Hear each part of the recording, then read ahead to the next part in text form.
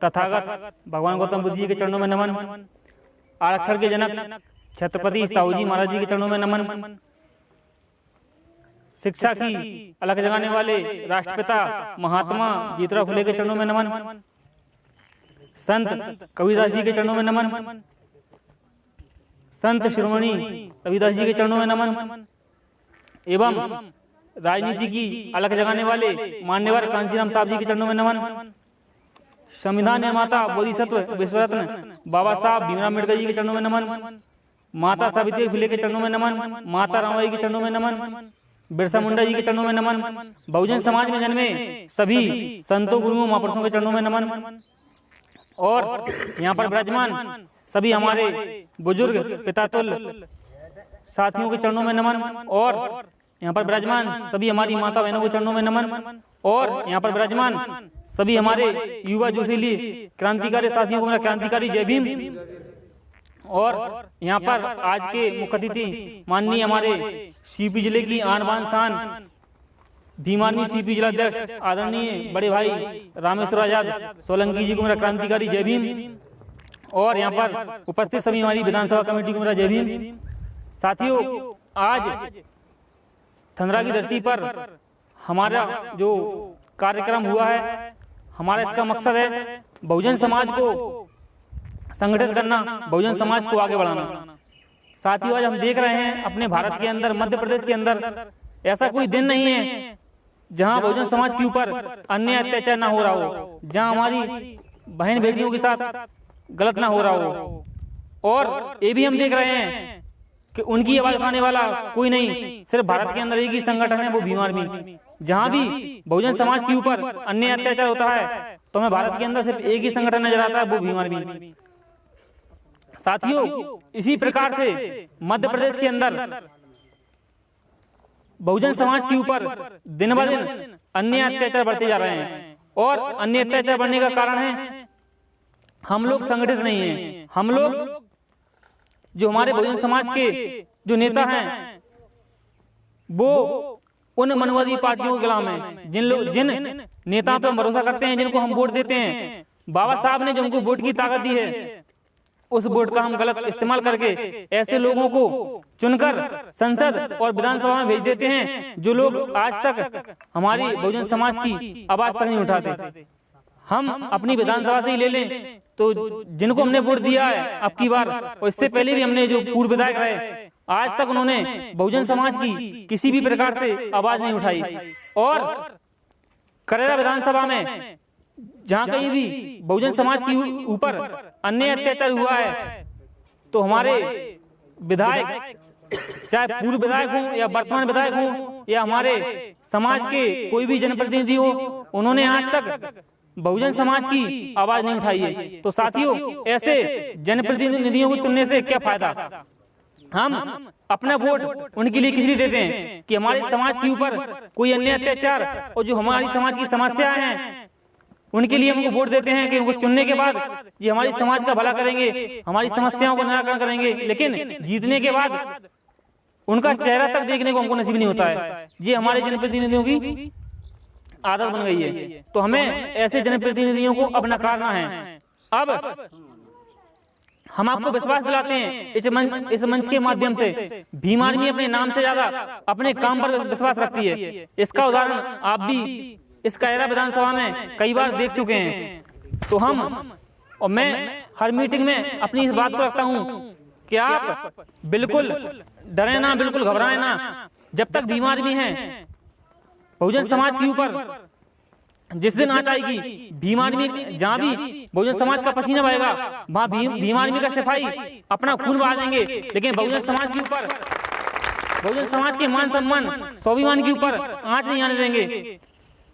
आज उत्तर प्रदेश में देख लो, मध्य प्रदेश में देख लो, हमारी बहन बेटियां सुरक्षित नहीं है, क्योंकि हमारे समाज के दलाल नेताओं को हम चुनकर भेज रहे हैं संसद विधानसभा में। यही कारण है कि हमारे समाज के ऊपर दिन ब दिन अन्य अत्याचार बढ़ता जा रहा है। और आपने कायरा विधानसभा में 4 बार से हम देख रहे हैं, हमने लगातार बीएसपी को वोट दिया और चौथी बार भी हमने यही समझा कि प्रयागलाल विधायक जी हमारे बीएसपी के समझ के हमने इनको भी वोट दिया कि चलो ठीक है हमारे समाज का कुछ भला करेंगे। लेकिन सैना में एक हमारे व्यक्ति को जिंदा जला दिया गया, आज तक उस परिवार से मिलने नहीं गए। सिलरा कांड में भी इतना बड़ा ठाकुरों से लड़ाई हुई, इतना बड़ा कांड हुआ, उसमें भी आज तक परिवार से मिलने नहीं गए। और भी हमारे समाज के ऊपर कैरा विधानसभा बहुत से अन्य अत्याचार हो रहे हैं और हुए हैं। आज तक माननीय विधायक जी, पूर्व विधायक हो या वर्तमान विधायक हो, आज तक किसी भी प्रकार से उन्होंने समाज की आवाज नहीं उठाई। तो साथियों, अब हमें समझना होगा, बाबा साहब ने हमें वोट की ताकत राजा बनने के लिए दी थी, लेकिन हम लोग गुलाम को चुन लेते हैं। अगर जिस दिन हम बाबा साहब की वोट की ताकत को पहचान गए तो मैं आपको विश्वास दिलाता हूँ बहुत जल्द भारत में बहुजन समाज का राज होगा। तो हमें अपनी वोट की कीमत को पहचानना है। हम अपनी वोट की कीमत सिर्फ एक क्वार्टर और एक मुर्गी में बेच देते हैं। तो क्या हमारी इतनी कीमत है? बस अपनी कीमत पहचानो, क्योंकि आपकी एक वोट की ताकत से हम अपना राजा बना सकते हैं। तो हम क्यों गुलामों को राजा चुनते हैं? तो साथियों, आने वाले जो भी इलेक्शन है, अभी ग्राम पंचायत के हों या विधानसभा के हों, हमें काफी सोच समझ के अपने वोट का इस्तेमाल करना है, क्योंकि जो हमारा आने वाला भविष्य बहुत खतरे में है और फिलहाल हमारा भारत का संविधान खतरे में है। अगर हमें भारत का संविधान बचाना है तो हमें अपने वोट की कीमत को पहचानना होगा। नहीं वो दिन दूर नहीं होगा कि घर आपका है, मालिक कोई और होगा, गाड़ी आपकी है, मालिक कोई और होगा। तो वो दिन ज्यादा दूर नहीं है। अगर हम लोग ऐसे ही बैठे रहे, हाथ पे हाथ रखे कि चलो ये लोग कर रहे हैं, ये लोग कर रहे हैं, कुछ नहीं होगा। जब मालूम पड़ेगा, जब आप लोग अपने घर से बाहर हो गए और दोबारा आपके गले में अंडी और पीछे झाड़ू होगी, वो दिन ज्यादा दूर नहीं है। साथियों, हमें इसलिए अपने वोट की कीमत पहचानना है। जब तक हम अपना कोई अम्बेडकरवादी एमएलए, एमपी, विधायक, सांसद चुनकर संसद और विधानसभा में नहीं भेजेंगे, जब तक हमारे समाज का भला होने वाला नहीं है। अभी आपके पास कोई नहीं आएगा, जैसे ही चुनाव आएंगे तो आपके पांव काले दिख रहे हैं, सफेद हो जाएंगे, इतने पांव चाहिए आपको। तो इस बात को समझो कि उनका कहीं ना कहीं स्वार्थ छिपा है। आज वोट मांगने के लिए चुनाव आएगा तो आपके पास हजारों आदमी आएंगे, तो उनमें से आपको ये चुनना है कि कौन हमारे समाज का भला कर सकता है, कौन नहीं। जब तक आप क्वार्टर और मुर्गी की तरफ देखोगे तो अपना समाज इसी प्रकार गुलाम बना रहेगा और इसी प्रकार अन्य अत्याचार होते रहेंगे। जिस दिन आपने बाबा साहब को पढ़ लिया, बाबा साहब की वोट की ताकत को पहचान ली, उस दिन इस देश में समय नहीं लगेगा, बहुजन समाज का राज बहुत जल्द स्थापित होगा। आज हम देख रहे हैं, जब सन 1984 में मान्यवर कांशीराम साहब ने पार्टी की स्थापना की, तो उस वक्त हमारा समाज, हम भी नहीं जानते थे बाबा साहब कौन थे, लेकिन राजनीति में हमको अलग जगाने वाले और राजनीति में बहुजन समाज को लाने वाले माननीय कांशीराम साहब ही थे। उन्होंने 1984 में पार्टी की स्थापना की और सिर्फ 12 साल के संघर्ष के बाद ही उन्होंने उत्तर प्रदेश में पहली बार बहन कुमारी मायावती जी को प्रधानमंत्री बनाया। तो साथियों, ये हमारी और आपकी ताकत थी। और एक बार नहीं, माननीय कांशीराम साहब ने 4 बार बहन कुमारी मायावती जी को प्रधानमंत्री बनाया। लेकिन जैसे ही कांशीराम का परिनिर्वाण हुआ, कांशीराम खत्म हुए, उसके बाद आज पार्टी में ब्राह्मणों की एंट्री हो गई और बहुजन समाज का, जो बहुजन समाज को उम्मीदें थी, वो उम्मीदें बहुजन समाज पार्टी से बंद हो गई हैं। आज हम देख रहे हैं, कहीं भी कोई भी अन्य अत्याचार होता, आप इस बात को आप भी बता देना कि सबसे पहले बहुजन समाज पार्टी पहुंचती है, भीम आर्मी की टीम पहुंचती है। बीएसपी सिर्फ आपके वोट मांगने के लिए आएगी और वो वोट कहाँ कन्वर्ट होता है, इस बात को आप लोग अच्छी तरह से जानते हो। जब से कांशीराम साहब का परिनिर्वाण हुआ है, जब से पार्टी का स्तर भी गिरा है और पार्टी में ब्राह्मणों की एंट्री भी ज्यादा हुई है। तो साथियों, इस बात को हमें समझना है कि कौन अपना है, कौन पराया है। चाहे हमारा खास भाई क्यों ना हो, अगर वो बीजेपी कांग्रेस में है तो वो हमारा भला कभी नहीं कर सकता, क्योंकि ये दोनों पार्टियां आरएसएस विचारधारा वाली पार्टियां हैं, ये मनुवादी पार्टियां हैं। अगर इनमें हमारा खास भाई क्यों ना चला जाए, वो सिर्फ अपने परिवार का भला कर सकता है, लेकिन समाज का भला नहीं कर सकता है, क्योंकि वो उन्हीं की विचारधारा पर चलेगा। और जब तक आप अम्बेडकरवादी बहुजन मिशनरी एमएलए एमपी नहीं चुनोगे जब तक समाज का भला होने वाला नहीं है। तो मैं आपसे यही कहूंगा कम समय में कि अपनी वोट की ताकत को पहचानो और इस करेरा विधानसभा से, मध्य प्रदेश से, सरपंच से लेके जनपद से लेके जिला पंचायत तक हमें अपने बहुजन मिशनरी युवाओं को आगे लाना है और समाज का नेतृत्व करने का उनको मौका देना है।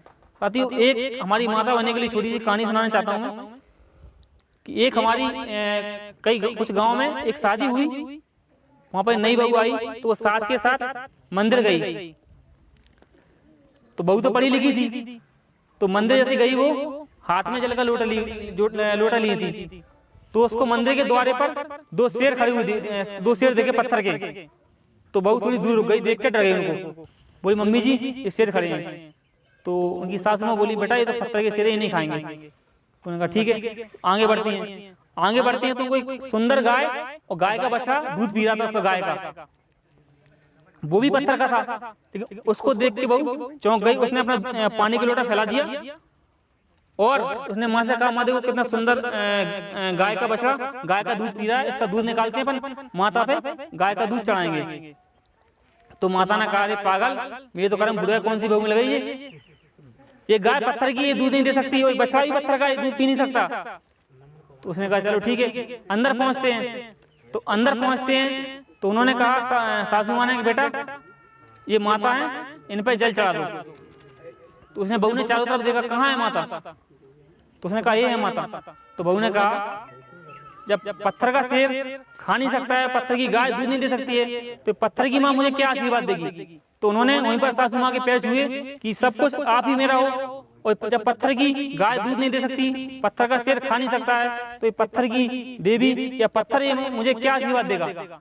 तो आप ही मेरे जीते जागते, आप ही मेरे सब महापुरुष हो, आप ही सब कुछ मेरे भगवान हो। तो उसने उसी वक्त सासू माँ के पैर छुए, तो उस वक्त सासू माँ की भी आंख खुल गई, वो बोली हाँ बेटा आप सही हो। तो वहां से दोनों निकल गए। तो हमें हमारी माता बहनों को इस चीज पर भी विशेष गौर करना है, क्योंकि हमारी माता बहनें शिक्षित नहीं है।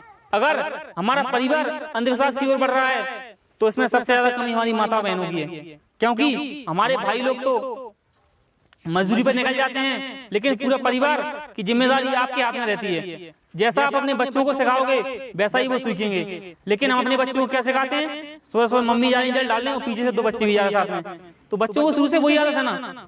तो इसलिए हमें अपने बच्चों को अंधविश्वास से निकालना है, जब हम इस देश के शासक बन सकते हैं। अगर हम गुलाम रहे तो हमारी आने वाली पीढ़ी भी गुलामी पैदा हुई, ये बात बिल्कुल सत्य है। तो हमारी माता बहनों से भी गुजारिश है कि ऐसे अंधविश्वास से बचें, पाखंडवाद से निकलें, अपने बच्चों को शिक्षित करें, महापुरुषों के बारे में अधिक से अधिक जानकारी दें। बाबा साहब, कांशीराम साहब, संत रविदास जी, अगर हमारी माता बहनें पढ़ी लिखी हैं तो उनको महापुरुषों की विचारधारा पर बताएं, और जो हमारे भाई पढ़े लिखे हैं वो भी हमारी माता बहनों को महापुरुषों के बारे में बताएं, क्योंकि हमारी माता बहनों को जानकारी नहीं है तो वो स्वाभाविक है कि वो अंधविश्वास में जी रही हैं। जब तक हम उनको जानकारी नहीं देंगे, जब तक वो उस अंधविश्वास पाखंडवाद से नहीं निकल सकती। साथियों, समय कम है और ज्यादा समय न लेते हुए मैं अपनी बात को यहीं पर विराम देता हूँ। जय भीम, जय भीम आर्मी, जय संविधान, जय।